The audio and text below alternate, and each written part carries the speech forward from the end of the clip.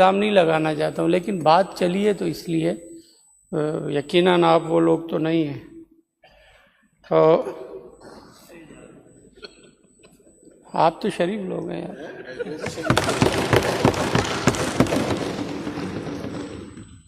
उसमें था कि उस ऑपरेशन में क्या हुआ, 1000 of people were arrested during the operation। फिर उसमें गुनाहगार भी होंगे, बेगुनाह भी होंगे। हम उस गवर्नमेंट का हिस्सा नहीं थे, हम अपोजिशन में थे। हमारे लोगों को भी अरेस्ट करके प्रोटेक्शन भी नहीं हो रही होती थी।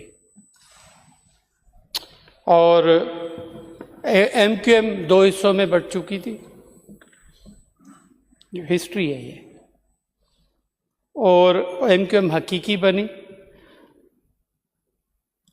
The operation had lasting impact on Karachi's politics and security and continued in various forms until 1994। 93 में पीस पार्टी की गवर्नमेंट आई, वो उसके बाद वो कंटिन्यूटी रही।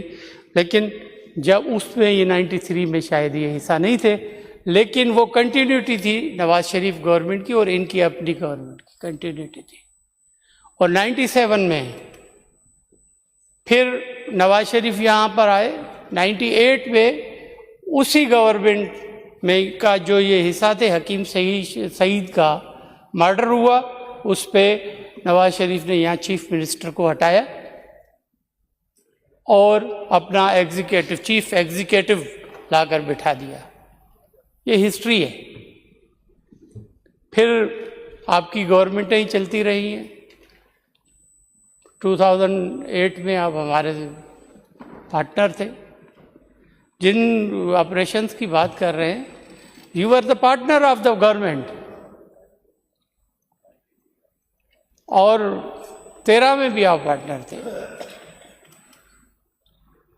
और आफेनान ये चलता रहा, किसी को इम्पोज नहीं किया गया। यहाँ के हालात ऐसे बनाए गए, जिसने भी बनाए वो ऐसे हालात बनाए कि यहाँ अनसर्टेनिटी रहे।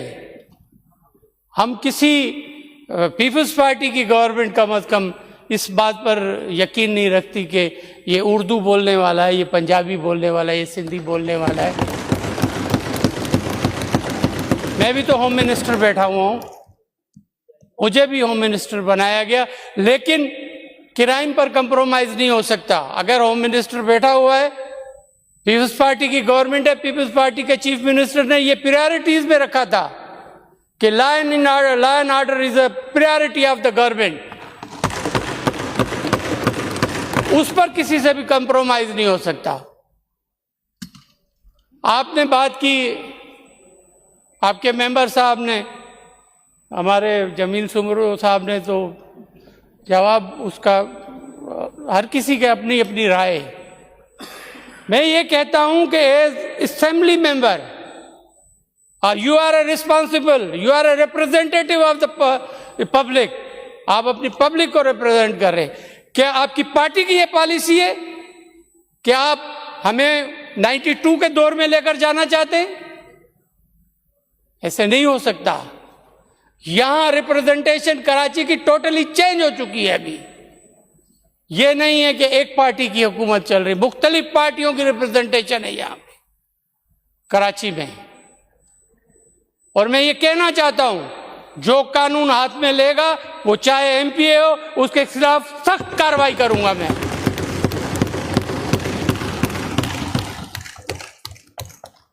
ये हो नहीं सकता कि जो बातें इन्होंने की हैं बोरी बंदों वाली, और ये नहीं हो सकती कभी भी हमारी हुकूमत में। ऐसे हम नहीं कर सकते। और मैंने आपको रिक्वेस्ट करनी है, पहले भी कर चुका हूं, पर्सनल होकर किसी पर तनकीद करना मुनासिब नहीं है। और हमारे कुछ मेंबरान ने, आपकी मेहरबानी, आपने उसको एक्सपेंज किया उन सब बातों को। आप कैसे पर्सनल हो सकते हैं? आप बजट तकरीर कर रहे हैं, बजट तकरीर को आप उस पर ले गए हैं कि आप कौमियतों पर लेकर जा रहे हैं, हेट स्पीचेस कर रहे हैं आप बजट तकरीर में। ये तरीका नहीं है। ये अगर आपकी पार्टी की पॉलिसी है तो बहुत बुरी पॉलिसी है ये अवामी पॉलिसी नहीं हो सकती।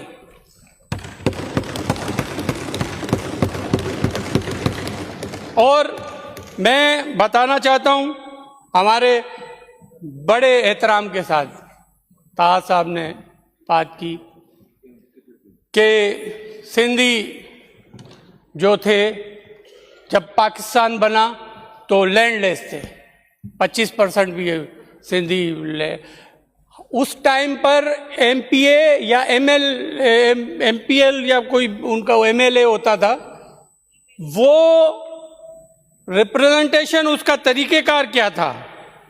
उसका तरीक़ेकार ये था कि अगर वो लैंड होल्डर होगा तो वो आएगा असेंबली में, उसको कोई सर्टेन तरीका था। लेकिन लैंड होल्डर हो या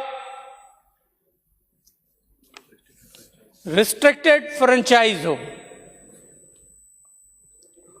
वो इस असेंबली में आ सकता था। इस असेंबली में ऐसे कई नाम बैठे हुए हैं जिनके आबा व अजदाद इस असेंबली के मेंबर थे और वो सब सिंधी हैं।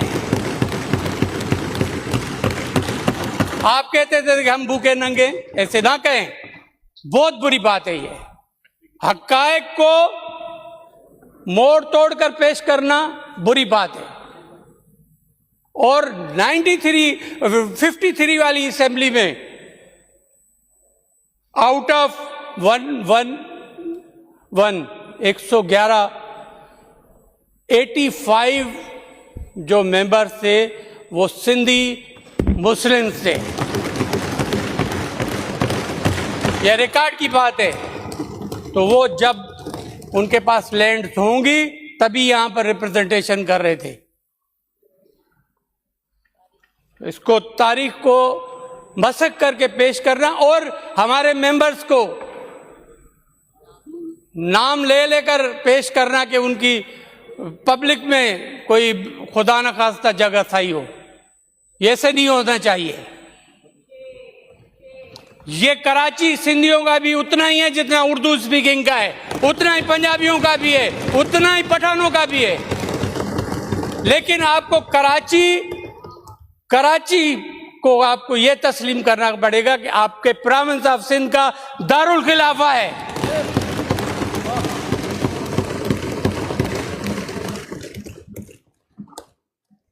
और ऐसे तकरीरें कर लेने से कोई कराची इधर उधर नहीं हो जाएगा।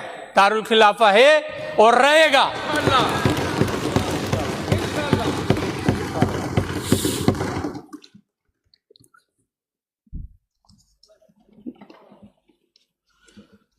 जनाब स्पीकर, मैं फिर ये कहूँगा कि इस टाइम पर कराची 92 वाला कराची नहीं है। इस टाइम कराची पीसफुल सिटीज़ में 173 नंबर पर है।